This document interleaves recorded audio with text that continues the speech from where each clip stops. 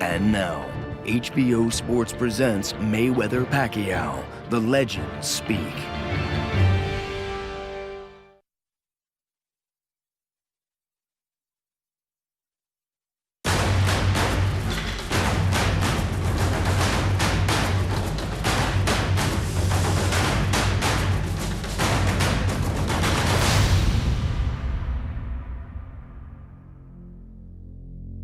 Hello, I'm Jim Lampley.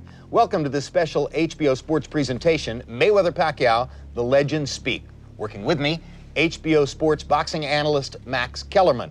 And we're going to have some great fun, Max. I'm going to be talking to a select sample of the small number of men who have fought both Floyd Mayweather and Manny Pacquiao. And I'm going to talk to George Foreman, Lennox Lewis, and Bernard Hopkins about their transcendent fights and what they think of Mayweather and Pacquiao. Not a bad way to make a living. Let's get started right now with my conversation with two of the small number of men who fought both Pacquiao and Mayweather, Oscar De La Hoya and Shane Mosley. Gentlemen, thanks very much for being here. We're going to talk about 5 different prize fights in this conversation. We're going to talk about Oscar De La Hoya versus Floyd Mayweather and Manny Pacquiao, Shane Mosley versus Floyd Mayweather and Manny Pacquiao, and then eventually we'll get to the subject of Floyd Mayweather versus Manny Pacquiao. The first fight among the group that we want to discuss is your fight with Floyd in 2007. How did you assess him, strengths and weaknesses, and what was your plan for how to beat him? I had to go beyond thinking I'm gonna kick his ass. All those antics he did in the press conferences, the trash talking, you have to go beyond that and start thinking smart and think, okay, you know, this guy's a strategist, this guy knows how to calculate his punches, he knows how to throw combinations enough to win the round. So what do I have to do? So it goes beyond just trying to kick his ass. You at that point had not fought Floyd, but you had fought Oscar De La Hoya twice. What was your thinking about your buddy Oscar going in against Floyd at that moment in time? I mean, I was in camp with Oscar. I was one of his sparring partners. His jab was superb. He was putting in pressure. And there is a sustained attack to the body like nothing you've seen in De La Hoya's career. He kind of broke down a little bit, maybe in the 6th, 7th, 8th round, midway, and couldn't keep up the attack that he was mounting. I call it father time. Yeah, father time got the best, and I think it gets the best of all of us. So sometimes we start breaking down. You thinking it, you see it, but you just can't do it. Is there an element of frustration, even anger, that arises in the late rounds where you say to yourself, son of a bitch won't fight me. Right. He won't allow it to be a fight. That's the part of the whole strategy that you have to kind of get over, because I actually felt in the first half of the fight what I'm capable of doing, my natural talent, the hard work that I put in the gym. So that first half was fairly easy. Was he setting you up? Absolutely. But that's why Mayweather's so great. All right, so a little bit further down the road, you get a shot. What did you think about your chances and how you sized him up going into the fight? And did what you had seen in Oscar's 12 rounds against Floyd inform that in any way? You know, Oscar probably throws his jab a lot more than me, but I've moved my feet a little more than Oscar might. So I went to the fight confident, knowing that I can hit him and knowing that, you know, I felt I could knock him out. You thought you could get him to trade with you a little bit more than he had traded with Oscar? I thought that I could force him to trade with me more than he did with Oscar because of my foot speed to get to him. Did you think that Shane had a chance? Absolutely. Not just because of what Shane was doing, but because of what Mayweather was going to do. See, when I faced Mayweather, he was probably thinking, well, Oscar hits hard. He has that left hook, I have to be careful. With Shane, he was thinking the same thing because Shane can hit. He's got a very powerful punch, but he was maybe thinking, I can maybe take his punch, and that allowed Mayweather to come in close. Shane cracked him with a right hand. Boy, did he ever. There's a hard right hand. Mayweather's trying to ward him off. Mosley's trying to follow up. Everybody agrees it's the hardest single punch Floyd Mayweather has ever taken in a fight. Did you think, I really got him this time? Well, I knew I really got him. I don't think that, you know, one shot gets the job done. You get the one shot, then you got to build on it. I was going to look for the other shot, but which I did. I hit him again a second time. Another big right hand. Mayweather's knees buckled on the second right hand. He was gonna throw a check hook, and I caught him again with the roundhouse right, and that really got. I thought it was over. The bell rung and saved him. Like, almost had him. What were you thinking? First of all, it's a testament to how hard of a worker Floyd Mayweather is. You know, he was in tremendous shape. To recover from a shot like that was just incredible. The next thing in succession is you agree to fight Pacquiao. Right. And you're an overwhelming favorite because you are so much bigger than Manny Pacquiao. You ever have a fly in front of you and you can't catch it and you're like, please go away? Manny Pacquiao was like that for 8 rounds. He would throw punches and punches and bunches, and he was landing everything. And I just couldn't throw back. Was he faster than any other attacking fighter you had been in with? No. No. He was not faster than Shane Mosley. But the fact that he was so relentless. Jim, I was at one point, had him in the center of the ring, and he was wide open. And I can see the shot, but I just couldn't pull the trigger. So were you looking at Manny and saying, I can beat him? I was looking at Manny, and the guy is like to my chin almost, maybe a little bit taller than my chin. I'm like, there's no way that this guy can beat me. No way. So I get into the ring with Manny Pacquiao. It's not like he's hard to hit. Like he's not easy to hit, but he's not hard to hit. When I want to, I can throw a little jab or a right hand and touch him. So I said, okay, now we're in the second round, I believe. All right, now I'm gonna, hit him with right hand, see how he reacts to the right hand. Set it up, line him up. I get ready to throw it, and I see him like this is a bouncing, boom, boom. It does a little 1-2. I fall down. I'm like, wow, that didn't seem that hard. Why did I go down? How did I go down like that?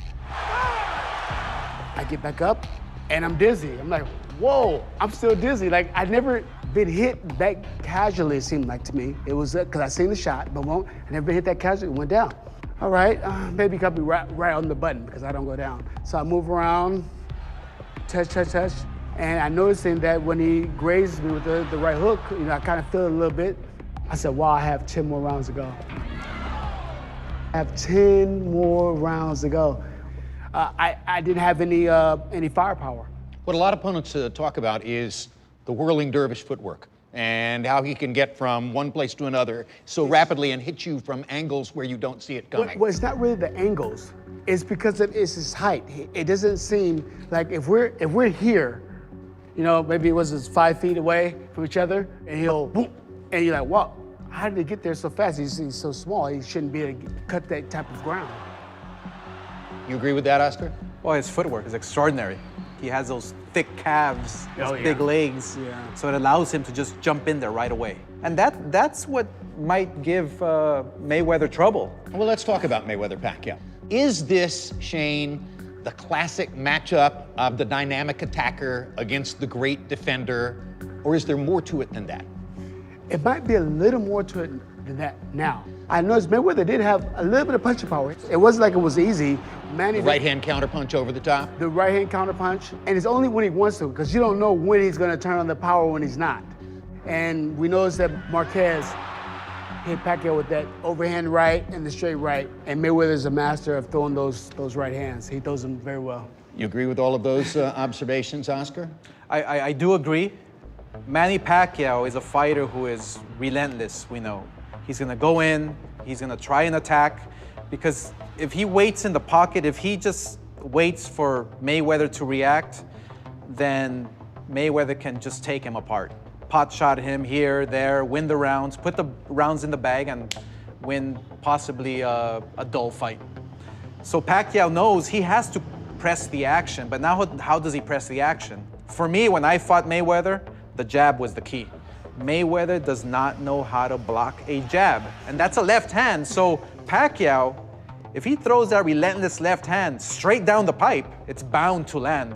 You agree? Oh, definitely. The left hand is definitely going to be the key for Pacquiao to get in when Mayweather steps to the side. But he does have to throw the right hook. I'm not sure it's going to land like he wants it to, but I know the left hand will be probably his best choice. Now, something that we really haven't talked about was the fact that Manny Pacquiao has been in tougher fights. He's been in wars against Shane Mosley. He's been in wars against Marquez several times, Miguel Cotto. Now, Mayweather, on the other hand, has been somewhat of kind of cruising, Largely not getting untouched, hit, except for Shane untouched. Mosley's right hand. Exactly, so it's going to be very, very interesting to see what Manny Pacquiao shows up and what Mayweather shows up.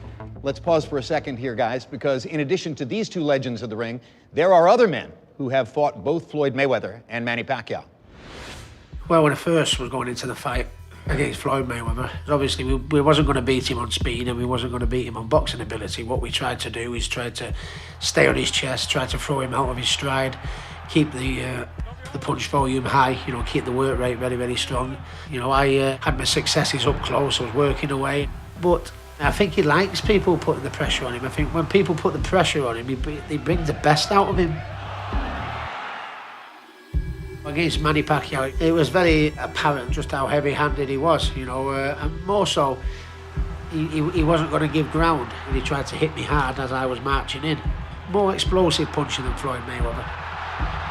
He hurt me with every punch, to be honest. Even the arm punches, they were solid. I think what you've got to do in order to beat Floyd is probably someone with the same hand speed that he's got, which I think Manny probably has. I don't believe for 1 minute Freddie is sat in the wild card saying jump all over him, because we've all tried that, we've all failed. So I think they'll be working on something a little bit different, and I think it'll be in fast feet, in and out, lots of punches, try and outwork him. If Manny comes out and goes for him like a lot of people seem to think he'll do, I think it'll be a fantastic fight. Before my fight with Floyd, our main point of our training camp was trying to take him out of his comfort zone and being aggressive, trying to be on him the whole fight. As long as you can keep him out of his strategy, you can beat him. I think the quickness Manny has, the explosive he can be against you, is his main advantage. When he can be the quicker guy, he's going to reach you no matter what. Styles make fights. Floyd Mayweather think and always try to be 1 or 2 steps ahead. Manny Pacquiao, he is faster than anybody and he's going to use his quickness. They have on their hands the possibility to make a great fight. Everything depends on what kind of mind they have on May 2nd. I think Pacquiao is a great fighter. He has speed. He has power, but I use my intelligence. I employ the speed, I employ my defense, and the counter punches. I think Floyd Mayweather is the best pound-for-pound fighter. The Mayweather strategy is a great strategy because his defense is great, and he used the counter punch very well. I think Manny needs to do pressure, needs to land in so many punches with the speed. But he needs more intelligence, a little intelligence on the ring. I think Mayweather, he needs to use his legs, his experience, his defense is the important for this fight because Manny has power. I think if Pacquiao connect one punch with power, maybe Mayweather going down. Basically, one final question for both of you. What's the character of the fight that you expect to see? I expect a explosive, high-paced, exciting fight. That's not typical of Mayweather's career. Do you expect to see that kind of fight, Shane? I think so. Manny Pacquiao has to make it that way. That's Manny Pacquiao's only hope. It's interesting. You're giving Manny Pacquiao credit by saying that, because let's face it, every opponent has wanted to make that kind of a fire with Floyd Mayweather. You're saying that Pacquiao's good enough to make a fire. Oh yeah, definitely. He has the footwork to do it. He's fast on his feet. He's gonna move, dart in and out, and he's gonna force Mayweather to have to fight him that type of way. Fans all around the world hope that you are both correct. Gentlemen, you've both been tremendously gracious with your honesty and your candid opinions. Thanks very much for your time. Thank you. Jim Lampley will be back in a little bit, but first, we are joined now by 3 boxing legends. The great George Foreman, Lennox Lewis, and Bernard Hopkins, of course. Guys, all 3 of you were involved in fights that transcended boxing. Bernard, you with Felix Trinidad, and Lennox, you with Mike Tyson, and George, of course, the Rumble in the Jungle with Muhammad Ali. And so you have unique insights into what's going on emotionally with these guys. Lennox, I'd love to start with you because this Mayweather-Pacquiao fight is the biggest fight since Lennox and Mike Tyson. Yes. You had a lot of big fights. Yes. But Lennox Lewis, Mike Tyson transcended boxing. Why? I would say, you know, he was the man that everybody wanted to see me fight. And he was the mysterious guy, he was the bad guy. You could say if there was a force, he was the bad force, I was the good force. We both punched very hard, throw great punches, and the world wanted to see both of us matched up together. George, you were involved, obviously, in many big fights, but the Rumble in the Jungle against Muhammad Ali in 1974 certainly transcended the sport and maybe the sporting world. What about the fact that you came in undefeated, 40-0, 37 knockouts? Did it add pressure? What was the feeling as an undefeated fighter in that fight? I think what happened is with all undefeated fighters, you get a little overconfident. You start thinking, hey, nobody can beat me, I've never lost. And it's okay for other people to say that, but then when you start believing it yourself, that's when you are defeated already. I had never stepped into the ring with anyone and took a step backwards after I became champion. It was like, you're gonna have to run.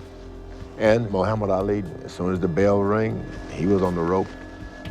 I didn't back up, but I didn't realize that skill and endurance locked into that brain of his. I hit him with the hardest shots I'd ever hit anyone with. Which are basically the hardest shots ever thrown. And later on he whispered, "That all you got?" I realized this was something different. What was that like for you to be involved in an event like that? Oh, it was tremendous. That was a wonderful privilege for me. The whole world watching, then going out of the country. It was in Africa, fighting two Americans, and one that's supposed to lose, and the other's a folk hero. And of course, I was the undefeated heavyweight champ of the world. It made it big because we were equally matched. And that's you and Felix Trinidad, Yes. right, Bernard? Yes, it's the same concept. Trinidad was undefeated. And you were actually the underdog against Felix Trinidad. Yes. What did it feel like for you? Well, it didn't feel good. I had a chip on my shoulder. I wanted to prove not only to the fans of his and the world of boxing that I was a better fighter. And then, of course, there were the circumstances surrounding your fight. It was originally supposed to be fought on September 15th, 2001. And of course, September 11th changed the world. The fight was postponed. And so there was a lot of importance put on getting back to normal. This was the first major event in New York post 9/11. Yep. We was thinking about getting home to our families. Couldn't get, bridges was shut down, planes was grounded. So we just started helping, going to police stations, and I felt like I was the part of the whole healing, and not be a prisoner to your home, and not be afraid to go out and understand that, you know, we Americans, we are free. It was just a bittersweet experience for me. I felt that, you know, this was my moment, and even though it was extreme pressure, I had to deliver, and that night I did. Huge right hand by Hopkins. Down goes Trinidad. 4, 5. Who's the pressure on in this fight? Obviously, both guys have to deal with pressure, but between Mayweather and Pacquiao, the dynamic here, who's the pressure on? Pacquiao. It's a lot of pressure because here you're facing a guy who literally has gone out there and beaten everybody he's gotten into the ring with. You've got to find a way to beat him. All Mayweather has to do is maintain his consistency.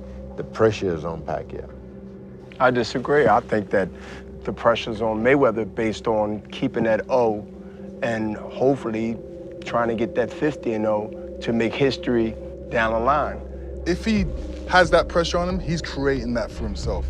He doesn't need to create that pressure. He's been through so many fights that, you know, this is just another fight for him. He's been doing something his whole life, even for over the last 5 fights. To me, I think he's getting faster. You know, I seen him in a couple of fights, I'm like, wow, he's not no old man to me. I can't see no age there. Whenever you think his legs are gone, he dances for 12 rounds. It's crazy, but if you box against the top guy, he brings the best out of you. So in this fight, he's gonna have to move, he's gonna have to punch. If he doesn't punch, he's gonna get hit. I agree that he's gonna have to do more movement. That's why I think this fight is very interesting, because he's gonna have to do things out of character than he did the last 3 or 4 fights, Max. And that's why I see there's some adjustments gonna be made. Can he make those adjustments now?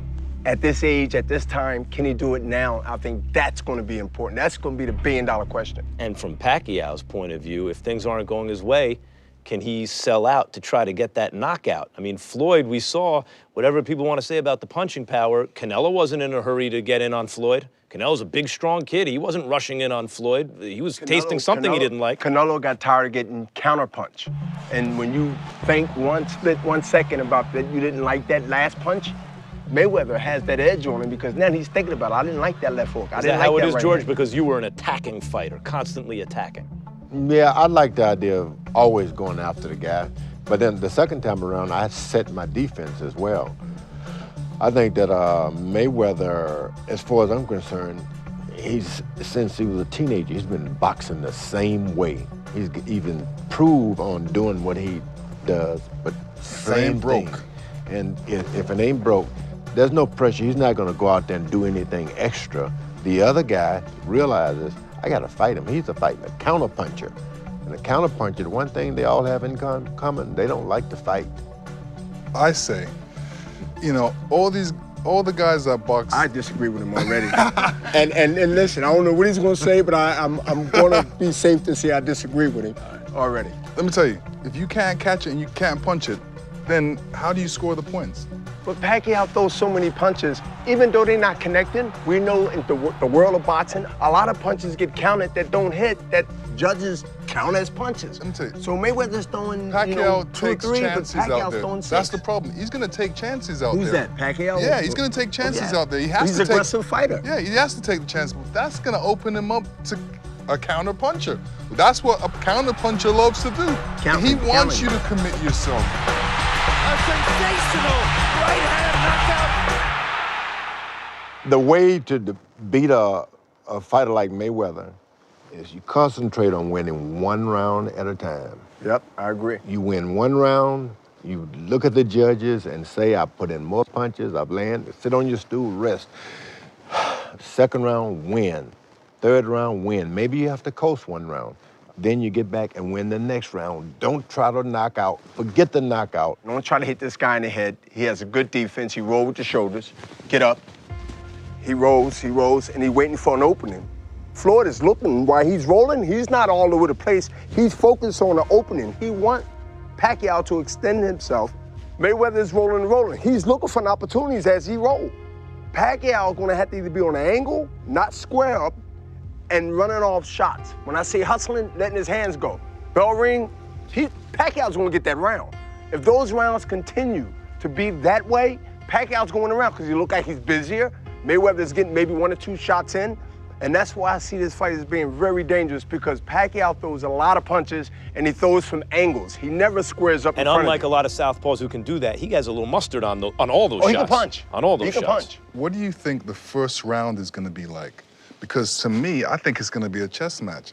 I think, you know, I disagree. Who's gonna throw the first punch? Pacquiao. I think Pacquiao's gonna throw the first punch. He's gonna force Mayweather to defend himself, to retaliate. So that's when I think the fight's I see the first 2-3 rounds being like Hagler and Hearns, but no early knockouts rather.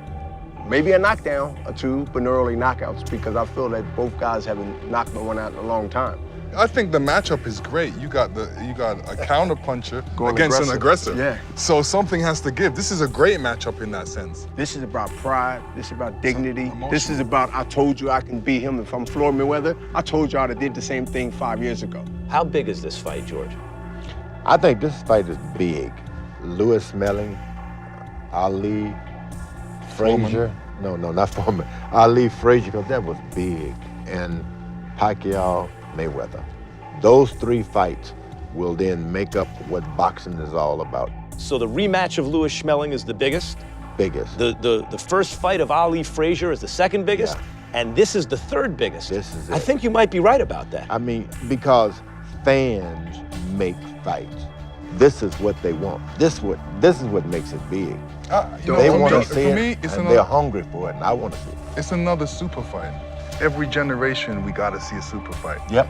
This generation, this is the super fight that we've been waiting for. Guys, we're going to get your picks on the big fight in a second. But first, let's hear who the common opponents of Mayweather and Pacquiao think is going to win this fight. I think that Mayweather has the speed and the movement and the ability to win. This is the type of fight that can go either way, but my pick is definitely Mayweather. My head's with Mayweather, but my corazón is with Pacquiao. I'm not going to pick a winner because this is a tough fight. We have in one corner Manny Pacquiao and the other one Floyd Mayweather. But the guy who comes with no fear of anything on May 2nd, that's going to be the winner. I think Mayweather wins this fight because Mayweather has experience, because Mayweather has a great defense. He used the contrapunch very well. Mayweather is more intelligent than Pacquiao. I think Mayweather wins this fight. I would give Floyd the edge because Floyd can generally adapt to whatever style he's in against, and I think he'll adapt to Manny. Joining me now on the set, Jim Lampley. But first, guys, your picks for Mayweather-Pacquiao. Mayweather loses the first 3 rounds. He does that all the time, and he will not be able to catch up, although he'll finish stronger. But I give it to Pacquiao by 1 round. Well, that's interesting analysis right there. Lennox, who wins the fight, Mayweather or Pacquiao? I think if it goes the distance, Mayweather's going to win. I think Mayweather's movement is too quick, and I still believe if you can't catch it, you can't hit it. Bernard, who wins, Mayweather or Pacquiao? Well, first of all, I think the first 6 rounds of this 12-round fight, people are going to get their money's worth early. And after 6 rounds, I think that Mayweather will make those adjustments and win a decision. I don't think it's going to be a unanimous. I think it's going to be maybe a controversial decision. But I believe that the first 6 rounds is going to be history-making. I believe so. I believe Pacquiao is going to come all blazing. And I believe that Mayweather is going to have to put the fire out. Guys, this has been a treat. Thank you very much for doing this tonight. Thanks for having us. Yes, Jim, we have the best jobs in the world. Agreed.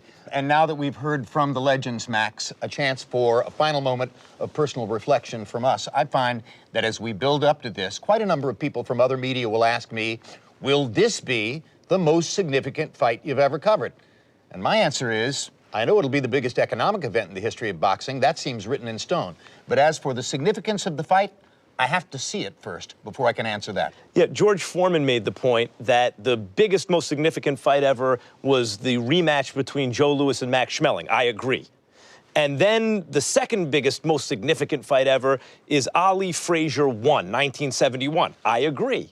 And he said that he thinks that Mayweather-Pacquiao is the biggest, most significant fight since Ali Frazier won.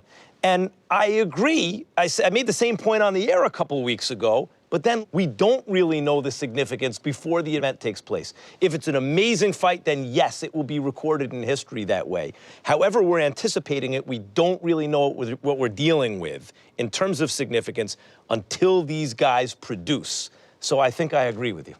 We don't have to wait that long, Max. Thanks very much for being with us. Not much of a distance now between here and May 2.